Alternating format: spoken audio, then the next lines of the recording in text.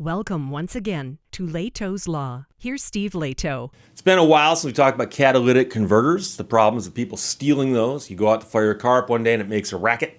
You discover that someone's stolen your catalytic converter. And of course the problem is that they take it and they sell it at a junkyard and they get a couple bucks for it. Nothing compared to what it costs you to fix.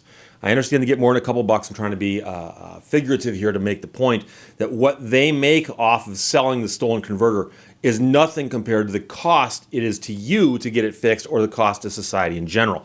So that's why that's something that we should be able to do something about. And so they're looking at ways to fix that. But another problem is, depending on what type of car you've got, it might take a while before they can actually fix your catalytic converter, i.e. by replacing it. And if your vehicle is unfit to drive until that gets replaced, you've got problems. So with thefts still high, California Prius drivers wait months for new catalytic converters. From the LA Times, Laura Nelson wrote this, and Larry sent it to me. When the catalytic converter was stolen from this woman's Toyota Prius in Long Beach, she thought the repair would be a simple one. How hard can that be, actually? There's a gap where it used to be. You got to figure out where the ends are, fix those, and then put in a new one. How long could that take? Well, her local dealership told her it could take 6 months to get here because they don't have them in stock. The woman is pregnant and she thinks she's going to actually probably have her baby before her Prius has its new catalytic converter. Of course, the processes are different biologically, but we'll get to that. You may have to send the children from the room. When two Toyotas love each other very much. At first, I thought there must be something I could do, she said. She's 32 years old. She's a speech pathologist at an elementary school. And then she found out that she was on a waiting list, 100 people deep. And she wasn't at the front of that list. There are just too many people in the same situation. For several years, the older Priuses have held the dubious distinction of being the #1 target of catalytic converter theft in California. Drivers whose converters have been stolen are now experiencing a second indignity. Thousands of owners are ahead of them across the state, in line for the same part, and these delays could stretch on for months. Of course, thieves target the hybrids because their catalytic converters have a higher concentration of the precious metals compared to cars that run simply on gasoline. The Prius was the best-selling car in California a decade ago. It's an easy and lucrative target, and there's tens of thousands of them on the road. The Times called the parts department of a dozen Toyota dealerships in Southern California and asked for the hypothetical wait time for a catalytic converter for a 2011 Prius. Every service center said the part was back-ordered and was not available immediately. Most said the wait would be more than 3 months and possibly 8 or 9. And they are sick of getting that phone call because they get that phone call probably a dozen times a day. There's just way too many of them getting stolen, and there are thousands on back order, said an employee at one store. Another said if you come in right now, you're looking at the end of August, and again, we're still in March here. Corporate representatives for Toyota did not respond to questions from the Times. Even getting a projected repair date is no guarantee, as one man discovered when his catalytic converter was stolen in January. A service center in Van Nuys said the repair to his Prius, which is a 2012, could take 6 months. Now they're saying October, so they pushed it back 4 more. His insurance company will pay to have the new part installed, but will not compensate him for a rental car for longer than a month, or they want to total the Prius otherwise. So they're saying that's your basic choice. And I'm not sure that they leave that choice up to you, but they're basically saying, look, our insurance policy says we'll pay for repairs. And if your policy does not say, and will pay for a rental vehicle in the meantime, you might be out of luck. The man said, I'm screwed, to be honest with you. He's an aspiring actor who is now walking and skateboarding 3 miles each way to his job as a waiter at a restaurant. The theft feels like being kicked while you're down. It's pretty demoralizing. You go from driving to your job to skateboarding there. It's a very California thing to do, but for a 25-year-old restaurant worker, that might kind of bum you out. The frequency of partial theft reports for older Priuses, a category that include the theft of catalytic converters, surged in California by almost 850% in the last 2 years, according to the people who track these things. And by partial theft, we're saying not the entire car is stolen, but a part of it is stolen. In other words, they are taking the whole catalytic converter, just not the whole car.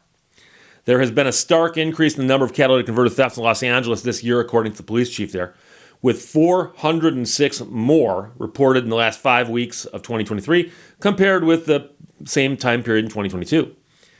Police chief said he's taken aback.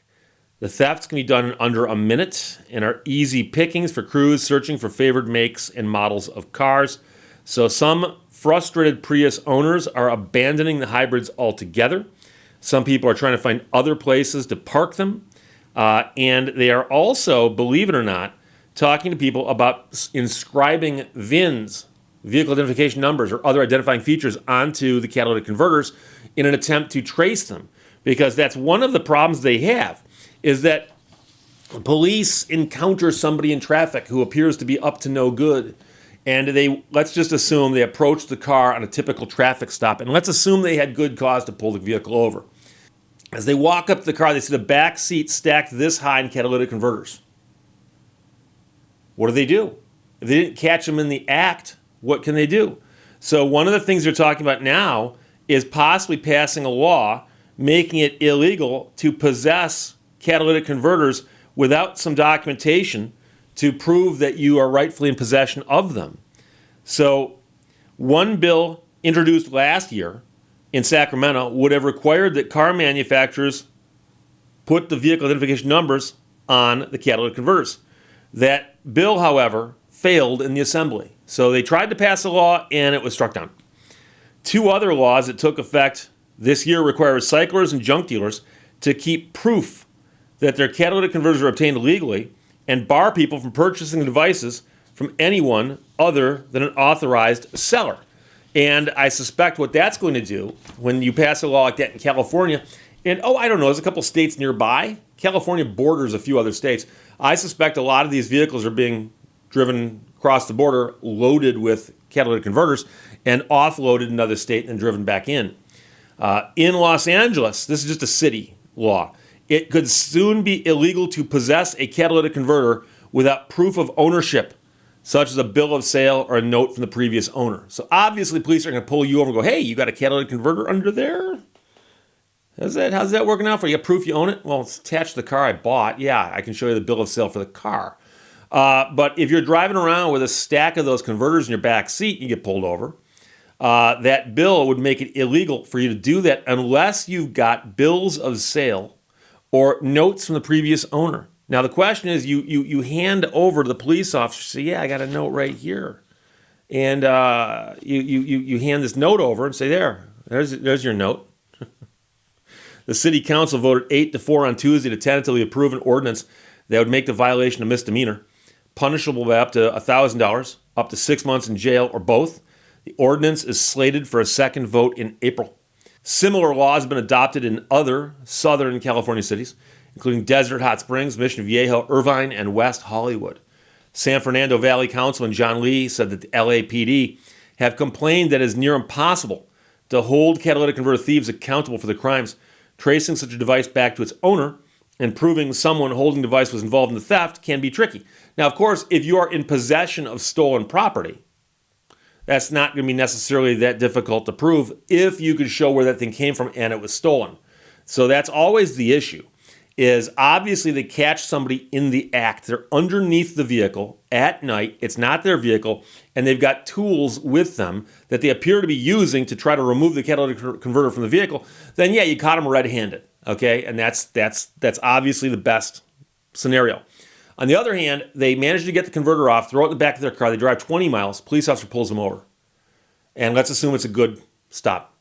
And the police officer looks at the catalytic converter and goes, what's that? Yeah, I found that in my driveway. I think it fell off a truck. So I was going to take it to a friend of mine and ask him if you could identify it, because I don't even know what it is. Don't know.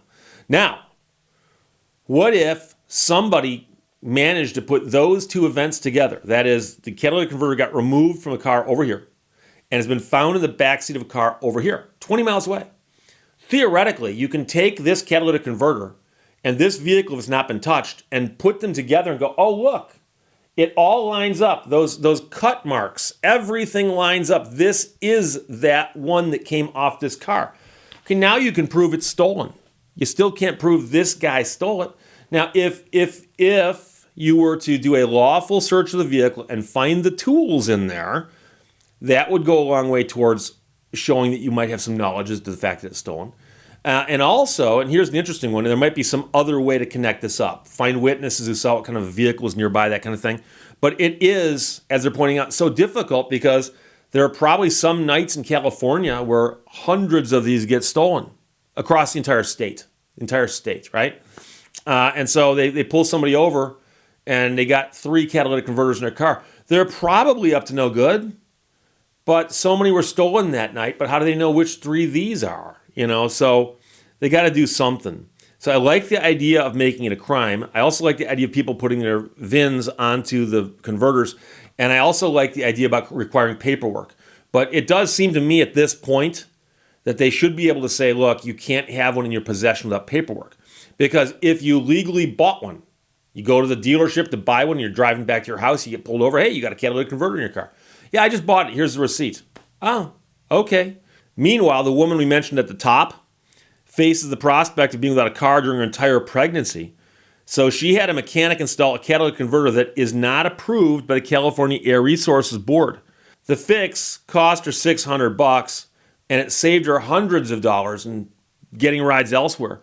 But the vehicle will not pass its smog check this summer without the Toyota converter. So she'll have to go back to her mechanic when or if that part finally comes in. So this is a crazy situation that is still going on. It's very, very sad. And like I said before, on the occasion they catch somebody and convict them for stealing a catalytic converter, they've got to throw the book at them because so many people are getting away with it that you've got to make some examples of people.